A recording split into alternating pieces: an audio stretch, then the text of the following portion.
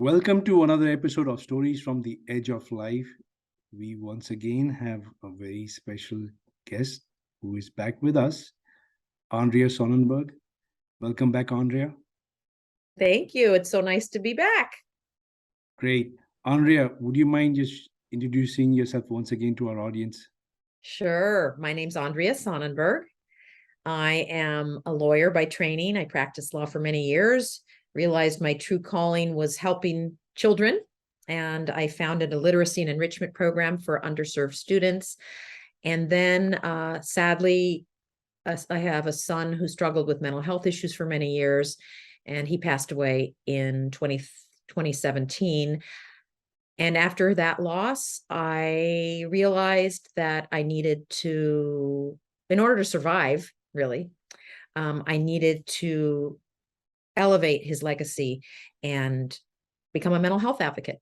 And so now I work to help others that are struggling and others that are caring for those that are struggling with mental health challenges. Clearly, you have a very big heart. Um, I'm Parag Bharadwaj. I'm a palliative care physician in the US. So, Andrea, when we spoke about Bradley in our previous interview, you said a few things that really got me, and thanks for being so courageous and transparent in sharing that experience and his journey. Uh, so let me ask you a few things. You know, you described a situation where he had to be admitted in the hospital, and you went to see him, and you heard him, cry out, you know, to you. I'm assuming he was asking for help. Uh, that must have been a very difficult situation and phase for you to go through. Can you provide us some insights, especially, because there might be mothers like you out there who might feel just very helpless in terms of what to do in situations like those where your child is seeking, your support, and you know that, I need to keep him here because for his own good. And you have a play of like between the mind and your heart, Mm-hmm. right? Which is, I'm sure, very intense on both fronts. So could you share whatever you're comfortable sharing with us as to what you were going through at that time, and any suggestion you might have for others? The bottom line is you have to trust your gut. As a mother, we mothers know. And if something doesn't feel right, regardless of the imbalance of power that I talked about before, I think you have to question. And that's something that I've learned. Um, I think that you have to, by speaking out, by not being silent, by not hiding what you're going through, by educating yourself, I think you can combat these kind of challenges much more easily. Like, you, first of all, you feel like a part of a community. You can have someone answer your questions. Most likely someone's gone through something similar like this.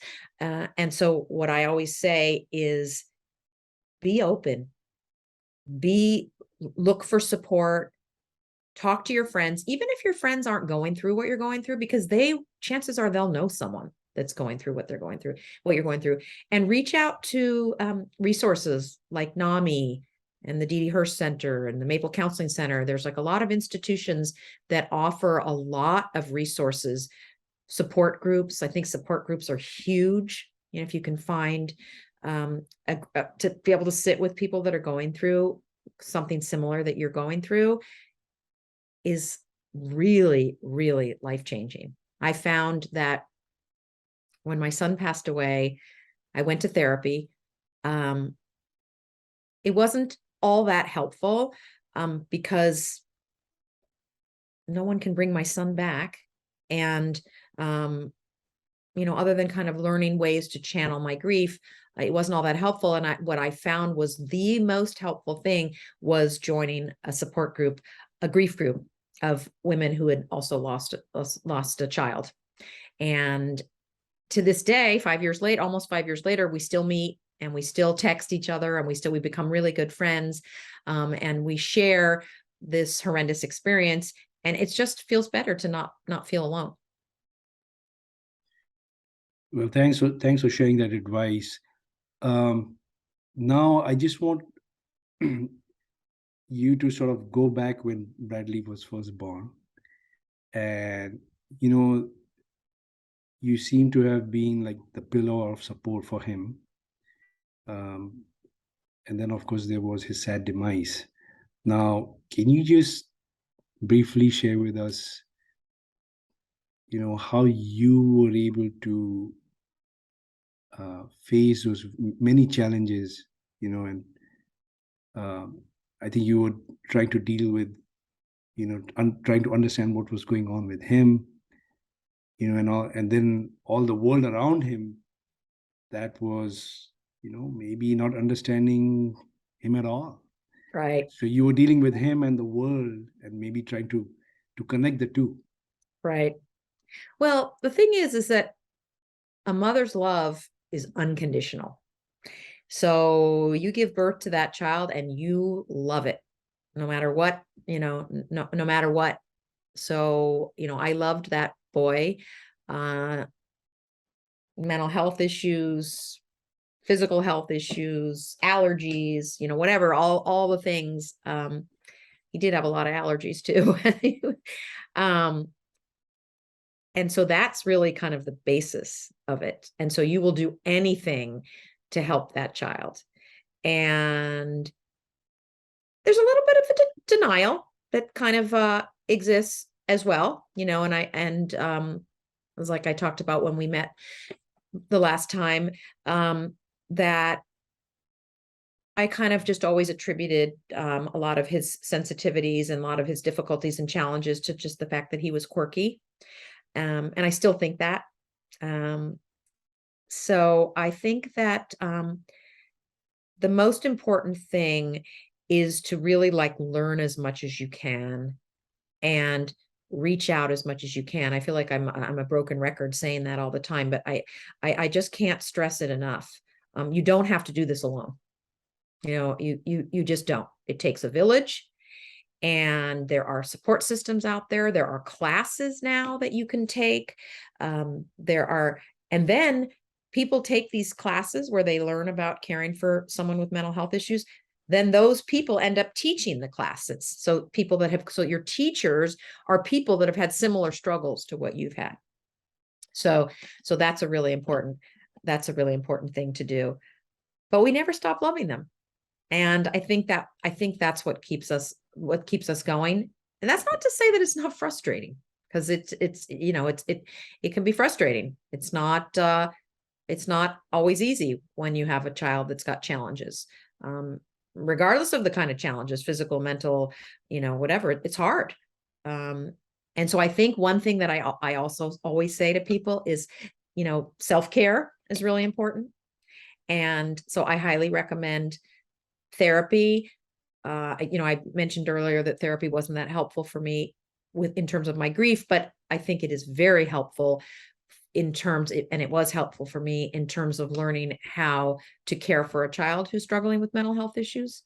I think it's really important to learn how to manage your own anxiety. And obviously, most people end up with anxiety. We all have anxiety, and it probably ends up being exacerbated when you're caring for a child with these kind of issues, because your anxiety impacts your child. They see it, they feel it.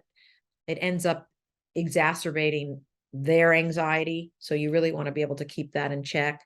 I think you really want to take time out for yourself if you can. The oxygen mask metaphor. You have to put your own mask on first before you put it on your child. You can't take care of your child if you're not taking care of yourself. And I also say self-care is not selfish. It's important. Exercise, mindfulness, meditation, breaks, being outside, sharing time with friends, that kind of stuff it's the only way that you can be the best caregiver that you need to be. And a lot of times we feel really guilty, like I can't do that. I have to, I have to take care of my child, but you can't take care of your child in the best way that you are able without taking care of yourself first. Got it. So I don't know how to put it any other way, but Bradley is not with us, right? And what amazes me about you is you have turned your loss into gain for other parents and other mothers like yourself, right? Uh, I'm sure you felt a void after he was gone, and I mean, what made you turn around and say, "Hey, you know what? I've got to make something out of this experience, where it can help others." And I love the fact that, we had this conversation. Like, he's not physically here with you, but you guys are a team, right? Like, I love the way you described, like, he left a legacy for you to carry on and help other people. That is so true. I mean, he would be so proud of me, and he would be so blown away to see like the impact that he's having on the world, his life, and how he's helping people.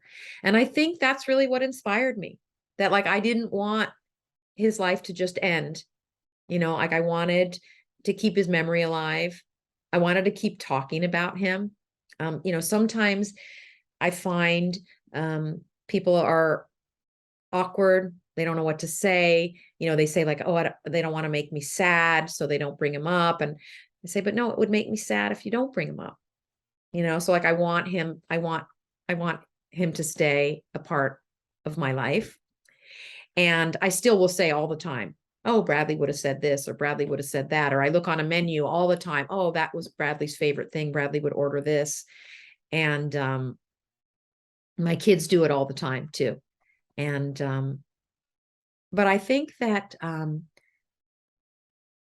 I honestly was inspired by a friend who I think is one of the people that you interviewed on your show, who lost her daughter right around the same time I lost my son. And we knew of each other. We were like floating around similar orbits, but we didn't know each other. And she looked me up when she heard about my loss. And she reached out to me, and I didn't reach out back for a while because I wasn't quite ready yet. And I did eventually, and we, instantly bonded over our loss. And she was really lucky because she had these journals from her daughter. And so she took these journals and she turned them into a memoir.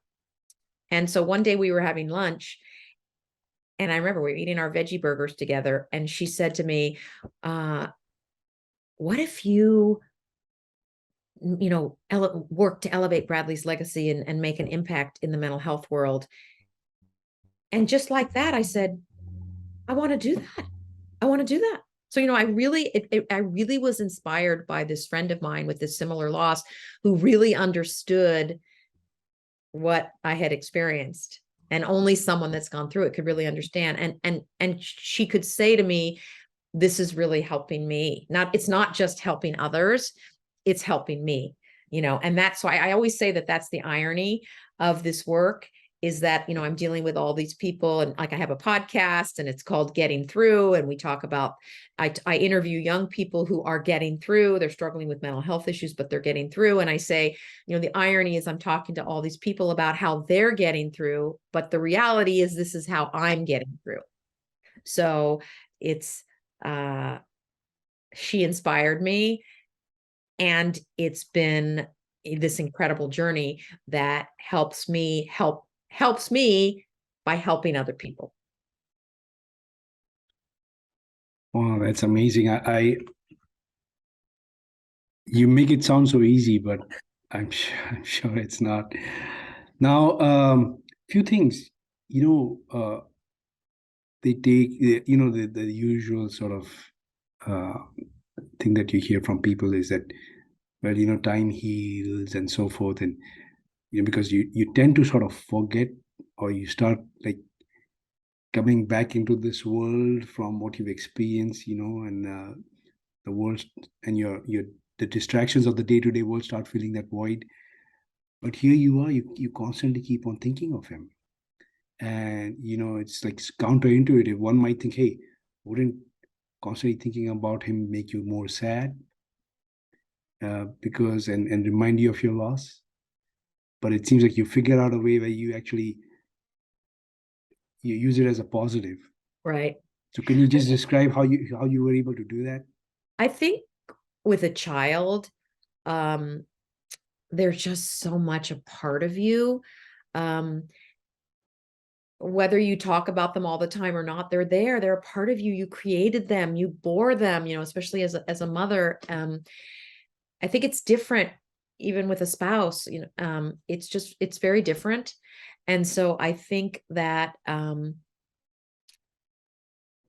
you can't forget, and not that you forget a spouse, you don't, but it's just different. And so I think this child is a part of you, whereas a spouse is your partner, but the child is a part of you, and you don't want to lose a part of you, and so you want to stay. um time does heal. There's no question. I mean, I'm not hysterical every day like I was. you know um I can breathe, I can smile, I can dance at a wedding. I never thought that I never imagined that I would be able to do that. um but the pain's always there. And I think, like I indicated to you before, it just changes you, and you're a completely different person.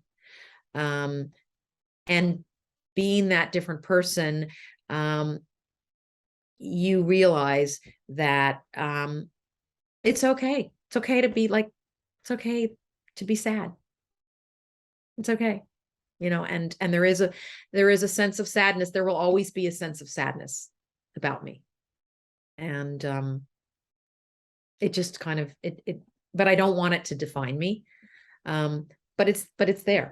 But that doesn't mean that I can't experience joy, and that doesn't mean that I can't. I have two other children who bring me so much joy, and my work brings me joy, and my husband brings me joy, and music, I sing like my son. That brings me joy to share my voice with other people. But it becomes a part of you because it's a child. Oh. So you mentioned that your son would be so proud of the things that you're doing to promote his legacy. Can you share with us the things that you're doing? You mentioned a podcast. We will make sure to get to put a link along with this Sure. interview. So thank you for sharing that. Yeah, and if you wouldn't mind just sharing the activities that you're involved with, uh, Sure. to Sure. to help more Sure. children like him. Sure. So I basically do a lot of public speaking, where I tell his story, basically kind of like a version of what you and I discussed, which is accompanied by slides, pictures of him and our family, and graphics and statistics and all sorts of things to accompany the presentation. And I've done that and do that all over the place for civic groups and mental health groups and um, religious institutions and schools. And I've done it a lot in high schools and for colleges. So I do that. That keeps me really busy. I do the podcast, and like we said, it's called Getting Through. And this season we have 2 seasons. I'm actually recording the third season now, and this season we're working on I'm interviewing people who are helping those that are getting through. So I'm interviewing some therapists and some parents and some individuals who are more on the other end. And we can see how they're getting through as well, because it's hard, it's hard for them as well. I do, we founded a wellness initiative at USC. That's the Bradley Sonnenberg Wellness Initiative. And it basically offers mental health services and wellness programming for students through the Hillel program. But it's open to students of all religions. And we have a therapist on staff. And we have a wellness professional who does all sorts of wellness programming. So we do individual therapy, we do group therapy, and we do wellness programming, yoga, meditation, hiking. They even did they did plate smashing. So they took plates and they wrote all the things they want to get rid of, things that are troubling them, things that are holding them down, holding them back, and then they smashed all the plates. It was pretty incredible. So they'll do all sorts of, activities that are about wellness and wholeness. And then the latest development through that program is we have come up with a wellness curriculum. And it's basically a combination of modern day psychology and spirituality combined. And it's a 10-week program. And you do, it concentrates on connection to self, connection to others, and then connection to the universe or spirituality or God, however you view that. And it's our hope. We did a beta test and it was very successful and very well received. And it's our hope to kind of spread that to college campuses all over the place. So I'm very engaged in mental health curriculum. And then I'm really excited. I have a children's book about mental health that is being finalized. It's going to be coming out soon. And then I'm working on a book as a guide for parents who are struggling raising a child with mental health struggles. So very busy, very engaged, very excited to do all this work with Bradley, my partner. Yeah, he's your partner. He's also the center of the universe when it comes to all these activities. I mean, what a gift that you're giving to the many parents and individuals who might be facing challenges as well. Yeah, and we're doing it together, and it feels good.